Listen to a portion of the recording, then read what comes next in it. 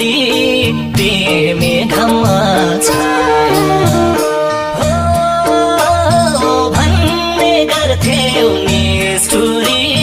तिमी घाममा छाया आउँदो रहेछ सम्झना त छुट्यो अनि